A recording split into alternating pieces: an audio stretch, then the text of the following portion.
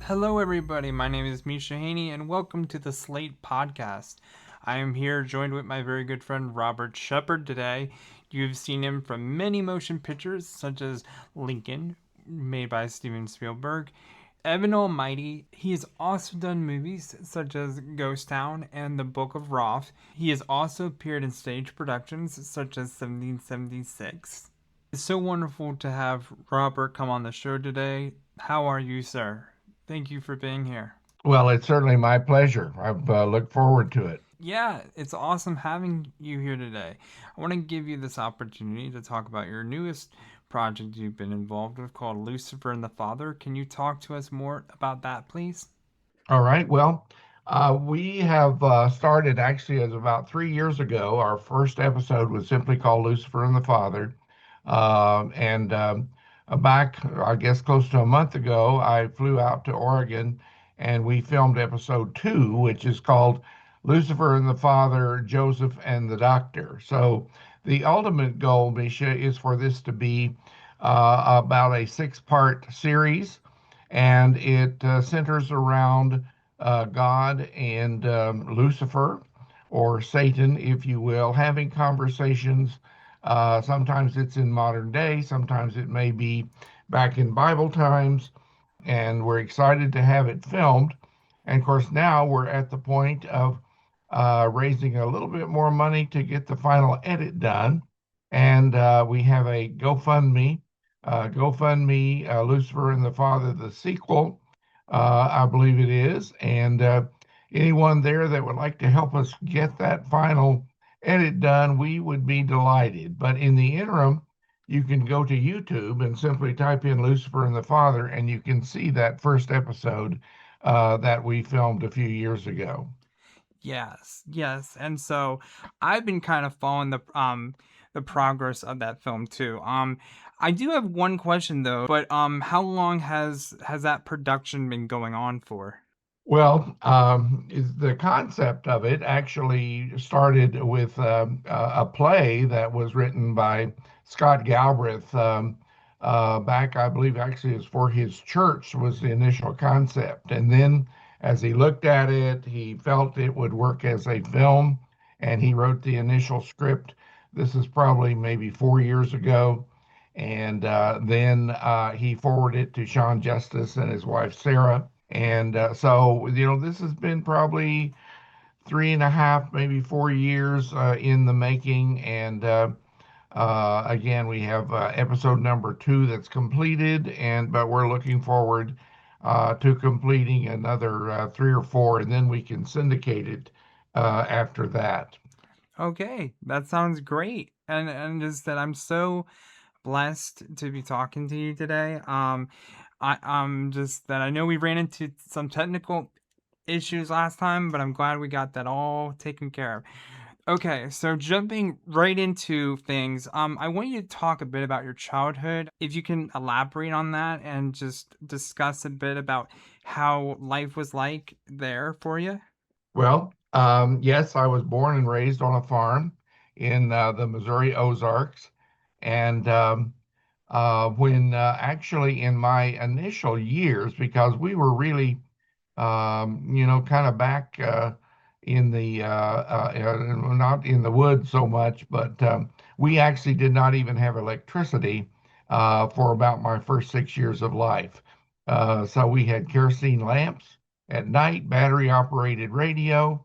And so what had happened is when World War II came along, a lot of the men were had to enlist in the service, and so they had to stop this putting in the electric lines in a lot of the rural areas, especially in where I was in the Missouri Ozarks. So again, I was about 6 years old. We got electricity, and but we had all the experience of what it was like not to have it, and I actually remember it pretty well.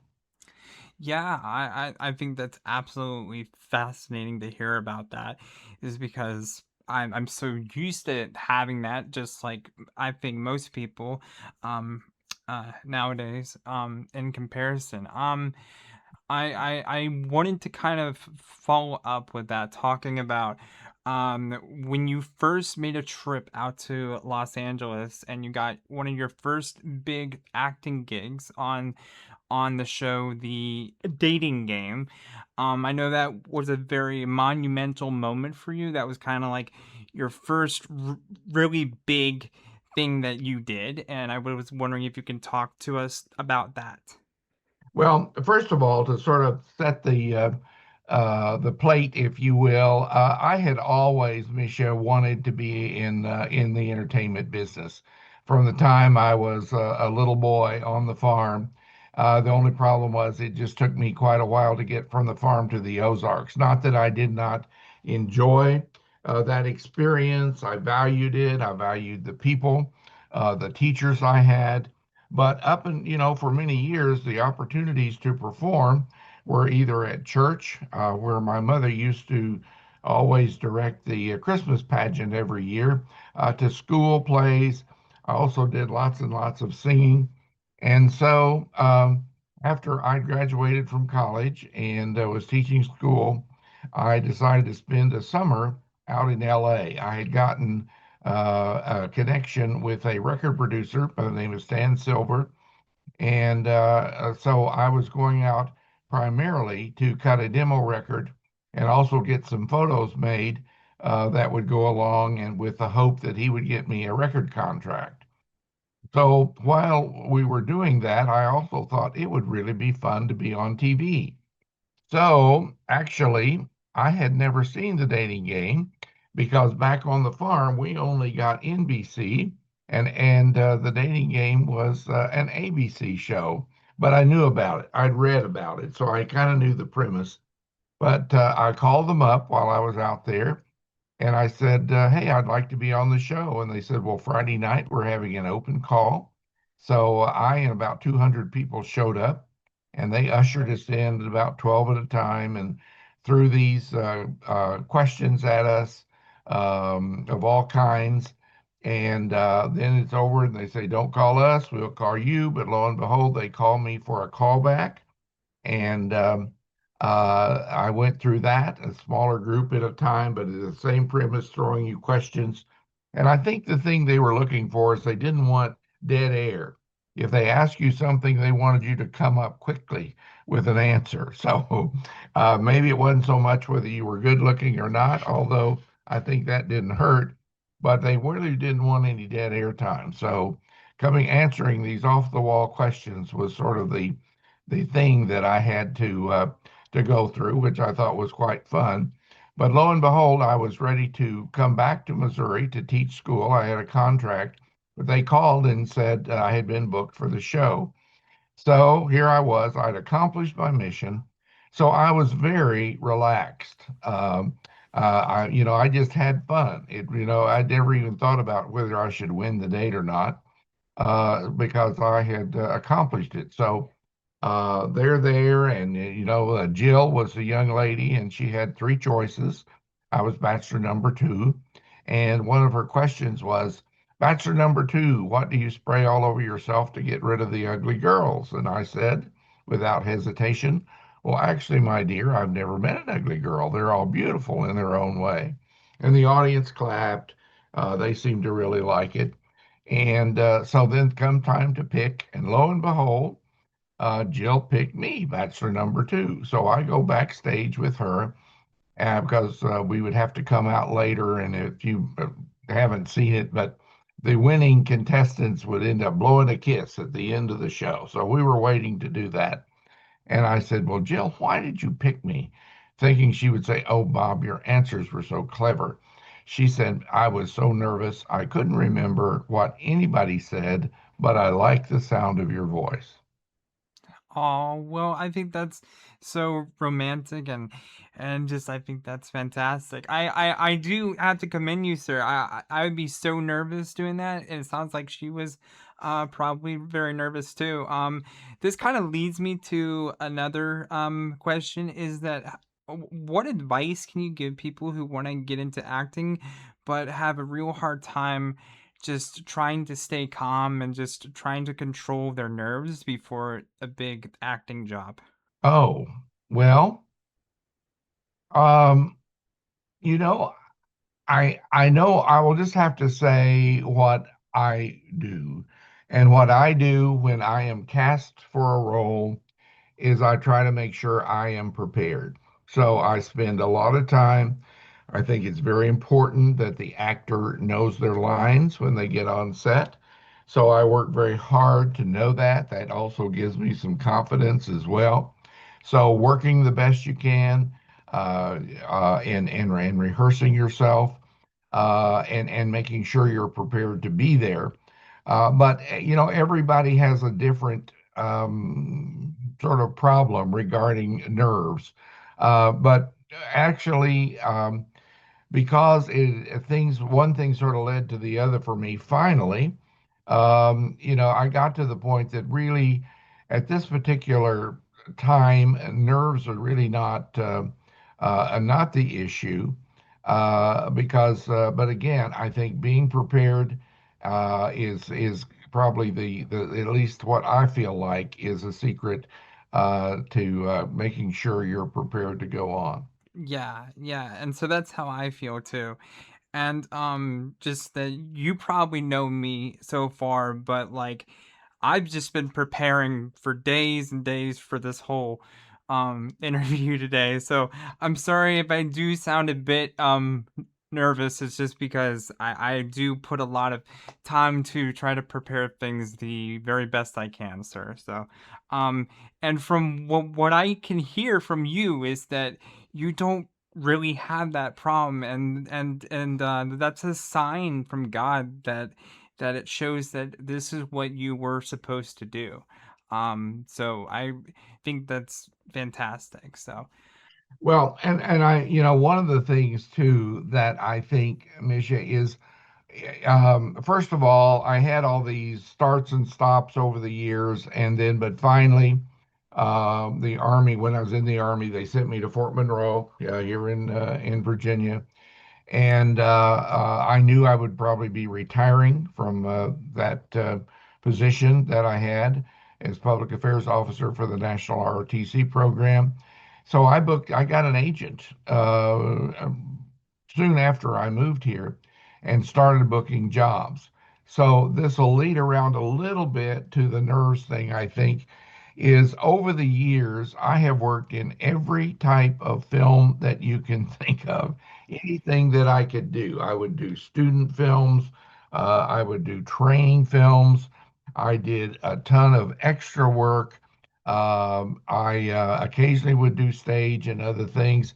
So one thing sort of leads to the other, and helps to build that confidence. So it wasn't like, say, for instance, in my, if I was immediately thrown into doing Lincoln with Spielberg, without that years of working, I don't know if I would have been so unshakable or not, because that was a pretty heady experience at that time. But because of the background of working in all the different things, and you get some degree, not to be feeling like you're the best ever.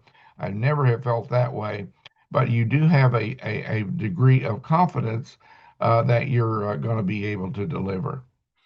yeah, yeah, and that's exactly what I was kind of referring to, because I can't imagine just how anxiety inducing that would be, just knowing that you're on a set working for someone like Steven Spielberg. I don't know if I don't know if I could control myself just from being so honored to be there, and just wanting to nail things. So and from reading that part of the book, I really got the sense of how unbelievably professional things were when you were doing that scene. But we'll jump back into that, and we'll talk a bit more about that.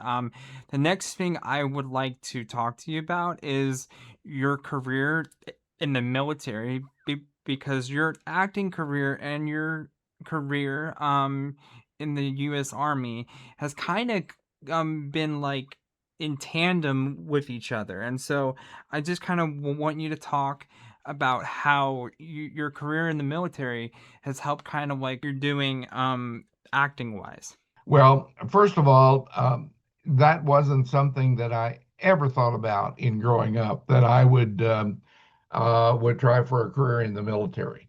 I just wasn't there.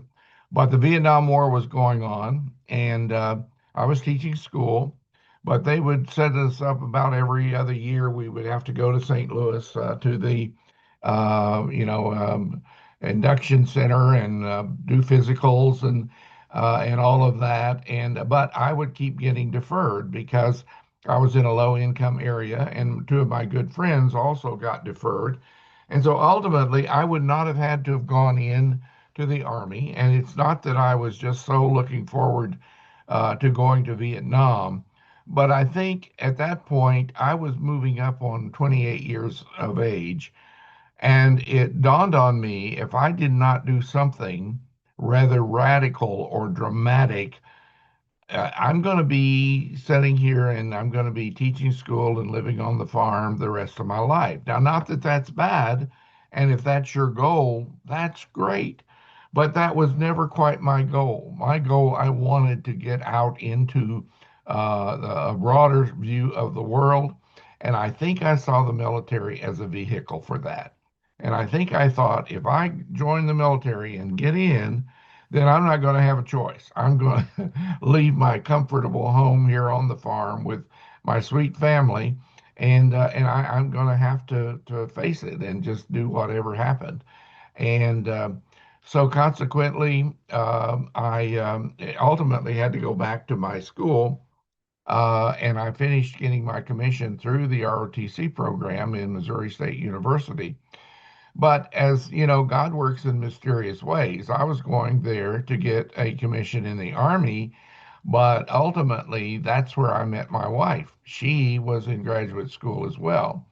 So, it's just kind of like God. Sometimes you are focused on, or I am, I won't include you necessarily, but we're focused on one point, one thing, and God has not only that, but something else in mind for you as well. So I met her there and we got married and we went in our first tour of the military together. But I didn't have a traditional military career either. After my initial commitment, I resigned my regular Army commission, which was kind of hard to get, and we moved to LA to pursue this acting business. And so we're out there, uh, GI Bill, going to a radio and TV broadcasting school, doing extra work, taking a commercial actors workshop, got an agent for that, making progress. And then ultimately, our daughter was born, and 10 days later, my wife had an aneurysm, and I thought she'd had a stroke. She couldn't walk, she couldn't talk. But ultimately, to try to cut it short, she had surgery. She was miraculously 100% um, um, strength back, didn't have to learn to walk or talk, anything. She was totally restored after that very, very scary thing. But we ended up going back to Missouri. I taught school again, joined the Guard. Then, after 2 years in the Guard, applied to get back on active duty. And finally, with the Lord's grace, we were able to retire with, as you mentioned earlier, about 2 years of service. But one of the things I did though, and I would recommend that to anybody, look around you and try to find what you can do that's going to help get you closer to your ultimate goal. And for me, it was to become a public affairs officer, which in the Army is a secondary specialty. My primary was military police, but after you've been in a while, you can pick a secondary. And a public affairs officer does many things, but one is they do a lot of media coordination. I was able to book the general I work for on the Today Show and Good Morning America, major publications. I would get them interviews, lots of local newspaper and other things. And plus, we produced videos, and I also was able to narrate videos and other things. So while I'm in the Army, I also gained a good deal of experience in the media world that I so wanted to be a part of. Well, I mean, that is absolutely tremendous. And so, my next question I would like to talk to you about is that you've also done a lot on stage. I was wondering if you can elaborate and talk about that. Well, over the years, I've had the opportunity to, South Pacific and Oklahoma, and one of the continuing stage shows that I have done over the years was 1776. And even during my military career, when I was at West Point, I ended up doing a production of a show called The Four Poster, which was the non-musical version of a show later called I Do, I Do. So I think that's the thing too. If you have a desire to perform or have a career, look around you. You don't have to necessarily, although if you feel led to do that, God bless you, fly or get on a bus or drive to LA or New York. That's great. But don't overlook what opportunities you have potentially in your own backyard. And I found many opportunities in the military to continue to perform and to gain experience. Well, I have learned so much over the years, and that's really, I mean, I love getting paid, and I've had some opportunities, especially through commercials and other things, to actually, get some very nice paychecks. But my primary interest is a role, a new role. I love to play characters. I love to be have that opportunity, and occasionally I tend to get cast as the good guy. I don't know why, but once in a while I get to play the bad guy, and I don't shy away from that either. All right, next we're going to talk about one of your monumental film roles, starring in Evan Almighty. Can you go into a bit more detail about what that was like being in that movie? Well, the scene that I was in is actually it is a congressional hearing room, and Evan Almighty, played by Steve Carell, is having this issue with God has called him to build an ark of all things, and he is trying his best not to do it, but God keeps turning it on him, and he ends up with beard and wearing sackcloth and all of that kind of thing. So we're in a hearing room, and the neat thing for me was I got a call from my agent earlier on, and she said, Bob, you have an audition with the Cannons down in Wilmington for Evan Almighty, which was interesting since Evan Almighty was filmed up here in Virginia. But anyway, I go down to the Cannons and I audition. I was given no lines. It was more of a reaction because ultimately, once I found out, it's when the animals invade this hearing room, if you will. And they were wanting people who can, without words, can react to all of the animals, including they had, I think lions sitting on the table and all kinds of birds flying and everything ultimately. So the audition was this is okay, now there's this over there, react to it. So anyway, I got back home from that, and on Monday morning, my phone rang, and my agent said, "Bob, you need to get to set. You've been cast." So what they had decided to do is they actually gave principal contracts, which is normally you have speaking lines. I had no speaking lines, but I think they hired about 8 actors and gave them principal contracts, put us up in a hotel, and they primarily wanted, first of all, they wanted some seasoned actors to surround Steve Carell. But I think they also thought, well, if they happen to accidentally say something and we like it, we're already paying them. We don't have to worry about upgrading them. So we finally get there on set, and the director is giving us our seat assignments, and he sets me down in one, and I happened to notice that the seat next to me was empty, but I didn't really know the premise of what was going on. Well, lo and behold, that's where Steve Carell sat.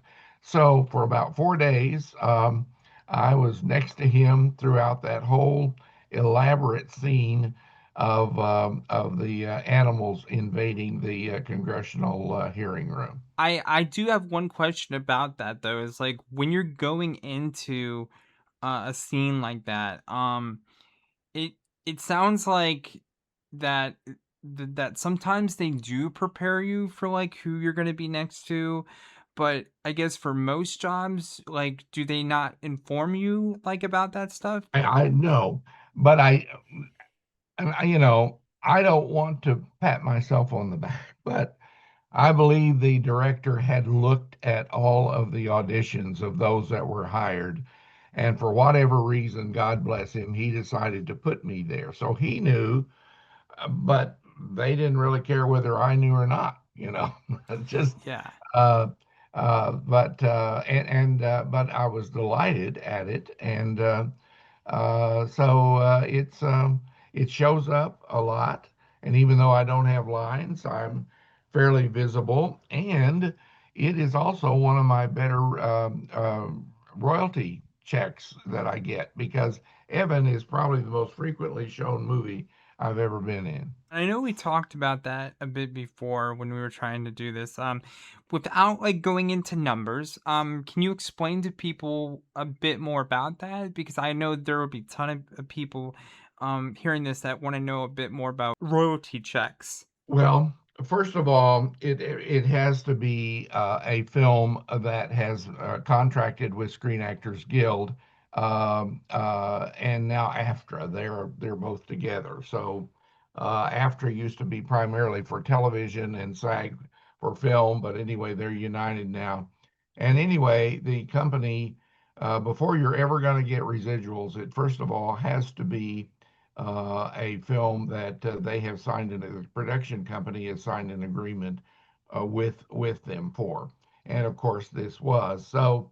Um, they then the way that works is well, first of all, you get paid for being in the film, whatever that pay is, and then once it goes into syndication, whether it's streamed or DVDs or whatever, then you get a little piece of that every time somebody buys a DVD or every time somebody watches it on Amazon uh, and uh, and of course, the lower you are on the totem pole, like I was, the smaller check you get. I'm sure Steve Carell's check from Evan are pretty healthy for sure, but it's certainly been one that is every year it's on television multiple times during the year. My next question I wanted to ask you is how do you handle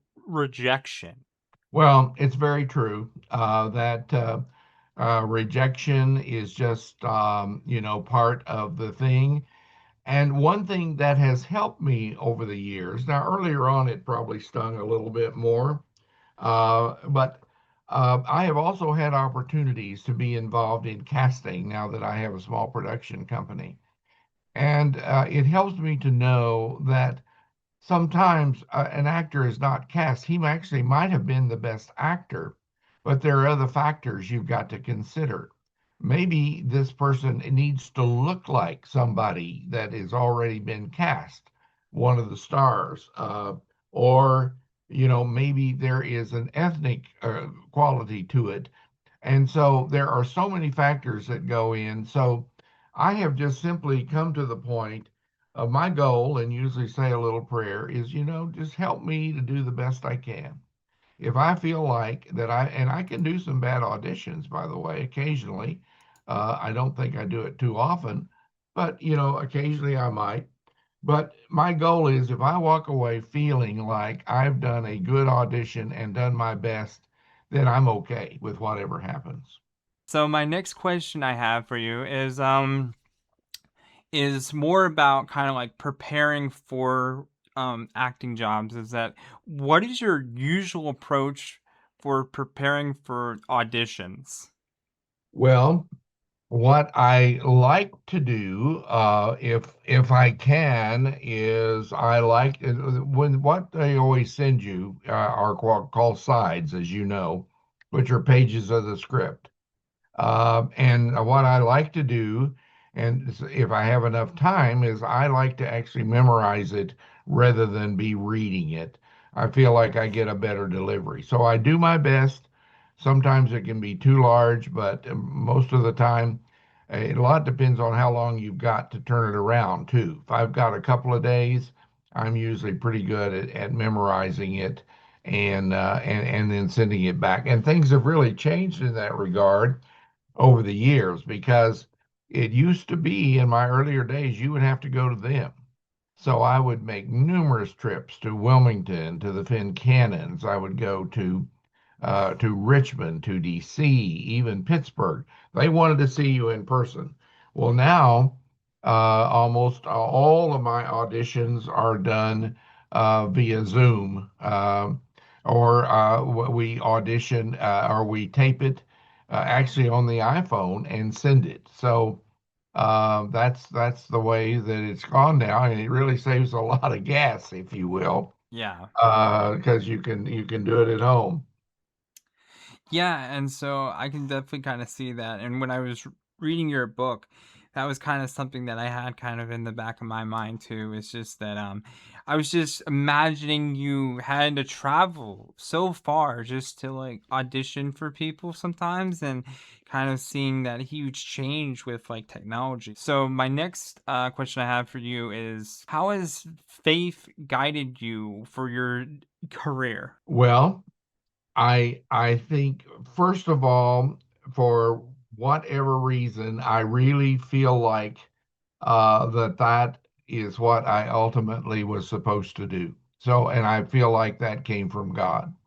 And so, regardless of all the ups and downs, the starts and stops, I still somehow felt that this was really God's plan for me. And probably the most critical time that it happened, I think I'd mentioned earlier that my wife had had an aneurysm after the birth of our daughter. And we were out in LA living on a shoestring. And we made the decision because we were a few $1,000s in debt, and I didn't have a real job, and I had a wife and little baby to look after, to move back to Missouri to the farm and teaching and all that. But before I left, I felt very clearly, and I don't feel like that God has spoken to me too often, but I did clearly that day and said, delay is not denial. And what that meant to me is don't worry about your acting career. It will happen. So just, go ahead and you can trust that to happen. And sure enough, so in the back, even when we're back on active duty and all the other things, I still had this ultimate confidence that ultimately I would end up having the time as an actor. And I started it really before I retired from the Army, but with the Lord's grace, I've been what I consider a full-time actor for 30 years now. So God has been faithful to what I believe He spoke to me. I think that's a huge part of your book that you wrote too, based off the Amazon reviews and also the one I made. A lot of people were commenting on that. So, and I think that touched a lot of people's hearts. The next question I have for you is about, what does having a professional attitude on set look like for you as an actor? Well, I think first of all, it partially depends upon what role you're in as an actor.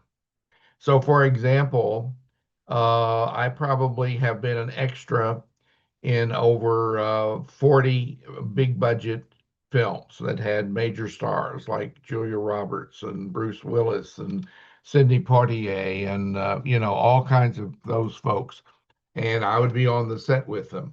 But the protocol that I always felt was important is, first of all, they're there working, and I would never go up and approach them, say, in between takes, and ask for an autograph or can I take a picture? And so that's always, if you're an extra, that was always the rule that I followed. But now, if they happen to be, they come to you, that's great, you know. And I was working as an extra on Runaway Bride, and Miss Julia Roberts was the female lead. As soon as she was done, she was out of there. She went to her trailer.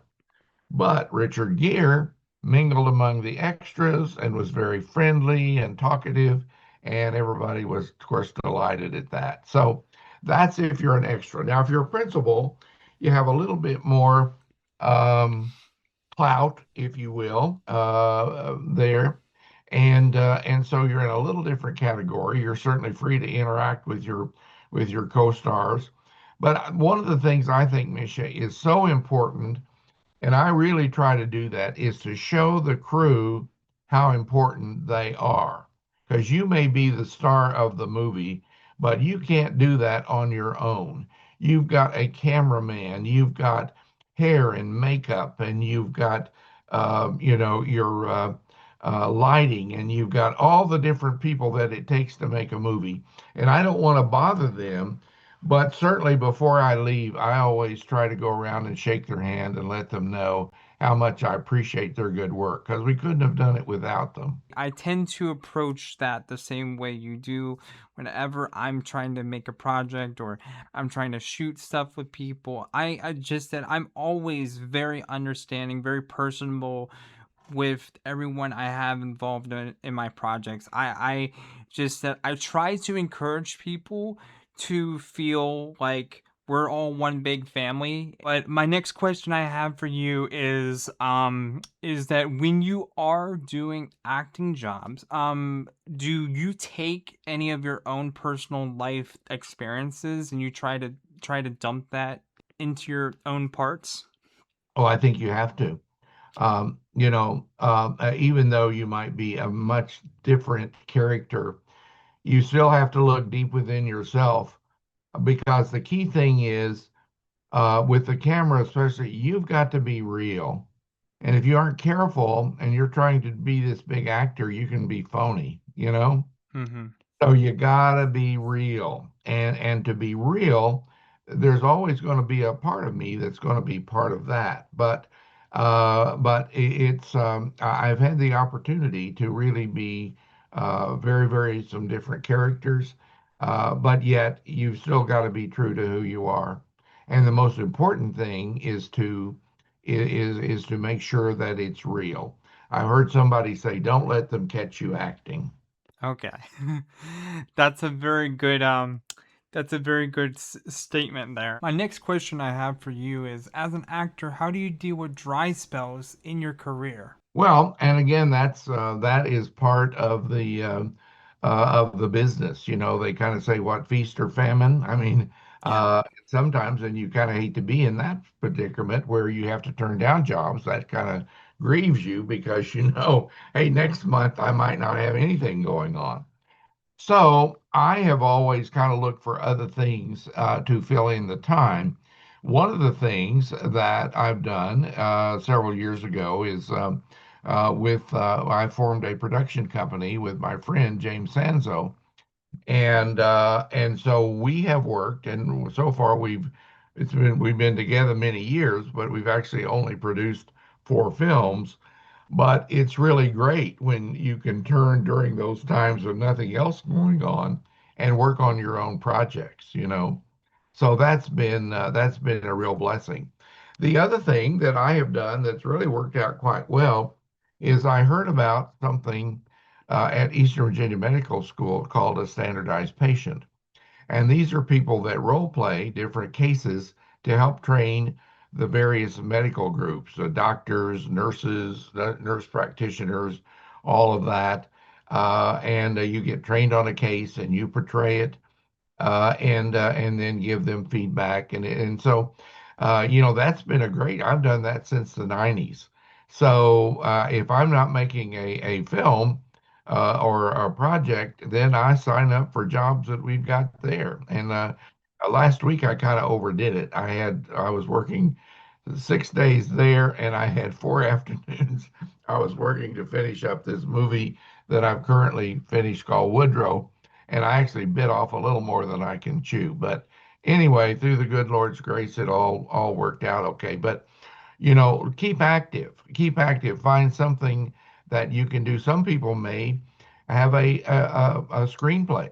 They may have a story idea they want to write. Well, do a little work, figure out the format, and use that time in between to write. And I don't anymore because I've done a lot of it in the future, do much extra work. But if I don't have another project and there's a film, close by here that I can get into, then I still will occasionally do extra work. In fact, back in the spring, there was a film called The Pirate King that was filmed here in our area, primarily Virginia Beach, but they were also up here in York County. And I submitted my information, and I ended up getting a featured extra role in a courtroom scene as a lawyer in that. So, always look around for what's available. And I've always heard if you do well what's in front of you, the rest will take care of itself. Exactly. And so that's how I feel too. Um, I just want to kind of go into more about technicalities, stuff that people would like to know is that how do people get involved with SAG? Well, now that is a question. That was one of the big mysteries for me. There are ways to do it. One of them is to end up getting booked in a SAG film, even your extra or whatever. And what happens is an example of that way is a production company will come in town and they sign a contract with SAG and they say, okay, we're going to use 50 actors. I mean, this is just hypothetical. It might be whatever number they've negotiated. And so the company has to supply those. So sometimes, and I actually worked on a little horror film called Cherry Falls up in Richmond, and showed up that day. And I was a member of SAG already, but they had two slots and there were no SAG actors. So they got two non-SAG actors, and it's called Taft-Hartley. They give them basically a piece of paper that shows they have worked in a SAG movie. And I've lost track because it's been so long. But if you get three or four of those, then you earn your eligibility and can become a member of SAG. Now, for me, I had the most fortunate thing ever to happen, and that was actually still while I was in the Army. And I found out from my agent that Hardee's was coming to town and they were looking for people for their Hardee's commercials. And they went to every talent agency, they even went to the malls. They were looking for real people. So I went and auditioned for them, and I knew that they liked me because they kept calling, you're sure you're gonna, I want you to make sure you're gonna be there. So of course I was gonna be there. What I did not know, Misha, is it was a SAG sanctioned commercial. So the fact that I was a principal actor, I automatically became eligible to directly join SAG. So the question that a lot of people had, okay, I finally got it, I'm going to go join. I would say hold off. And I did. I did for several months. One, it's quite expensive. I'm not sure when I joined, it was like $1,200, I think. But I think it's even higher now. So what I would do if I am eligible, then for me, about 6 months later, I auditioned for a show called Homicide on NBC and got cast as a Virginia State Trooper. So then I had to join. I either had to turn down the part or join the union. So I waited until I had to, because otherwise you got fees and other things involved with that. So with me, it turned out to be very easy.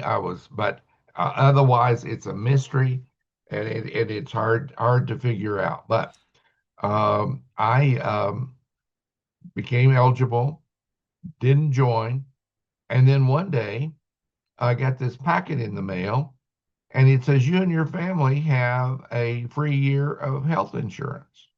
Oh wow. I thought, wow. I called them up and I says, but I'm not a member. And they says, it doesn't matter. You have earned it. Wow. I do have a quick question to kind of like just continue this part of the conversation. Is like, why do you think it's so like, I guess what's the word? It's so kind of like nuanced and it's kind of hard to like understand like how to get involved.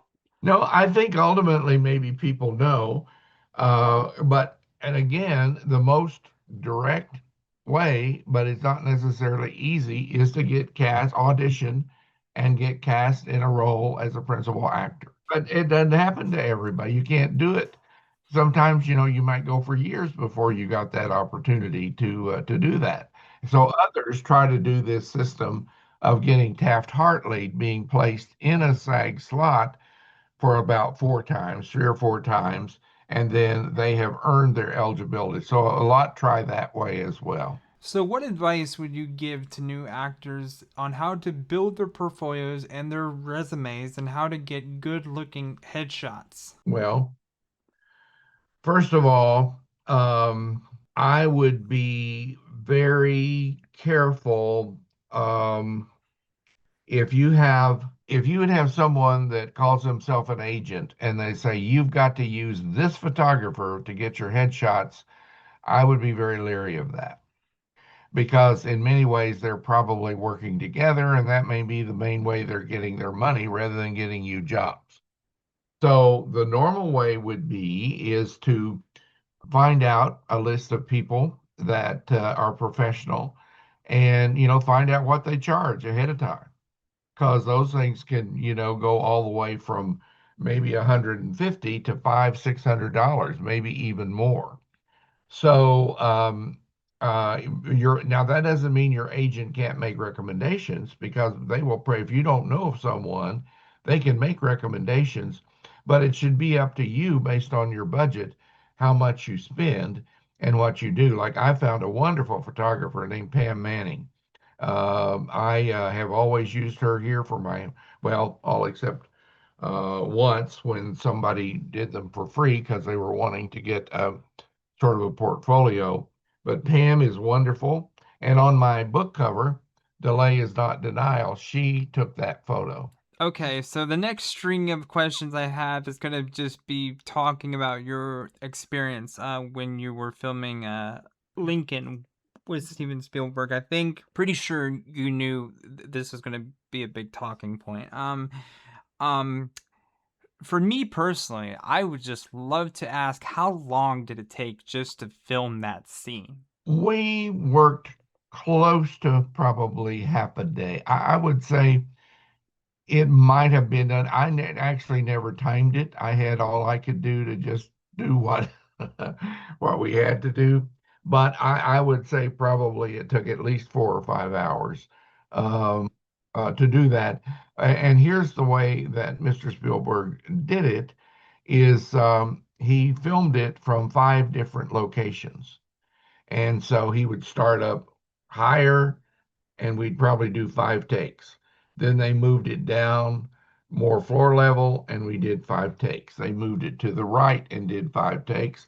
Then they moved it to the back and did about five takes. So I probably said my lines at least 25 times during that time.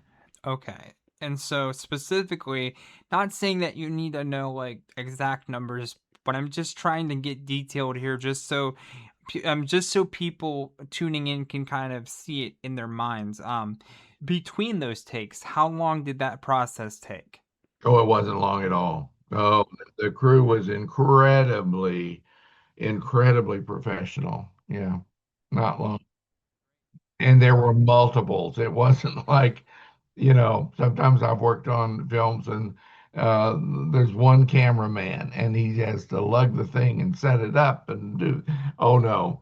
And probably the cinematographer, I don't even know if he hardly looked in the camera. He just watched them get it all done and make sure they'd set it up the way he wanted to. So, yeah, it was extremely efficient. Well, the set was in a vacated factory in Mechanicsville, which is Richmond basically. And the front part of it was the office for the office staff, and the back of it was basically where they built sets, but they totally built the Lincoln bedroom, where or the bedroom where the president died. And So it was totally constructed as a set in that factory. Mhm. Well, he was very kind, and you never know, with somebody at that level. And I can't say he always was, but I will tell you, he was very kind. And when we finished the scene, gathered around the president's bed, and the great man had passed, he comes up and he says, "Thank you, thank you, thank you," because there was a circle of actors around the bed, and he said that.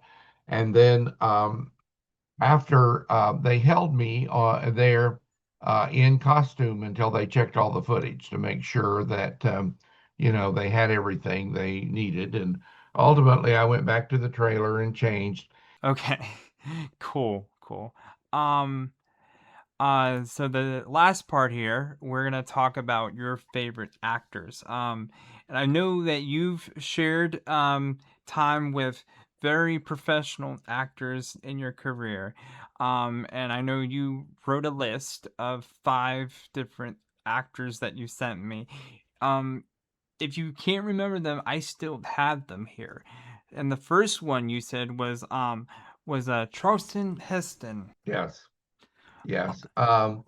There are so many reasons that I admired his work. One, I've always been a history buff. And this man had played more historical characters than I think any actor ever had. You know, from Moses, Andrew Jackson, Michelangelo, all of those that were real historical, or others that may have been fictitious, but they were always wrapped in an important historical element. So I loved that and I thought he was always great. And I thought Ben-Hur is probably the best movie that I have ever seen. Hmm. And I know you also mentioned James Stewart. Yes, yes. He's a very interesting actor because in almost every movie he's James Stewart. you know, and but everybody loved it. That doesn't mean he couldn't be dramatic, that he couldn't be, but wherever he was, he sort of had this kind of folksy manner about him, but he was just delightful, and he was such a fine gentleman. And I tell you, that's kind of a factor with me too.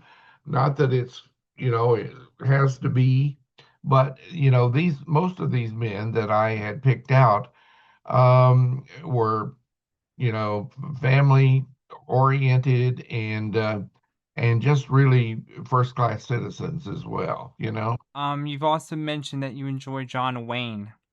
Yeah, and John's a little different.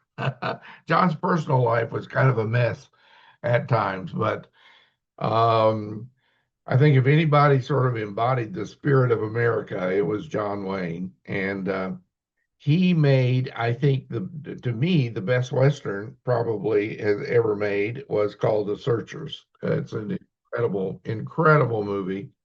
And I always liked Westerns. In fact, I just heard that it looks like maybe I might be having a role in a low budget Western coming up. And of course, you have Daniel Day Lewis on your list. Can you tell us why you respect him so highly? Well, just when you watch Lincoln, I mean, or any of his other performances, he is an absolute master. Interesting, and when we did the film, he came in and laid down because he's dying. He never said a word through the whole time. And I would have to go around for all these 25 takes, and I'd have to lower the blanket off of his chest and put this wooden stethoscope down and listen for breaths or heartbeat, and did it over and over and over. He never said a word to me, and of course I never said a word to him because my main lines are talking about the time and date of his death. So I can't say I can say we were very close, We were within, inches of each other, but we never had any conversation. And of course, the final actor on your list is Kevin Costner. Yeah, yeah. He's made some movies I don't like, but he's also made others that like Dances with Wolves and others that I think are great. And he was a pretty interesting fellow in Yellowstone too. Well, Robert, it was an absolute joy and an absolute pleasure to have you come on the show today. You've worked with some very high profile people, and I know a ton of people personally that I know that have been waiting to hear this conversation and just to know all the details about so many awesome events and life moments you've had that people just want to know about more. Thank you, sir, for coming on today's show.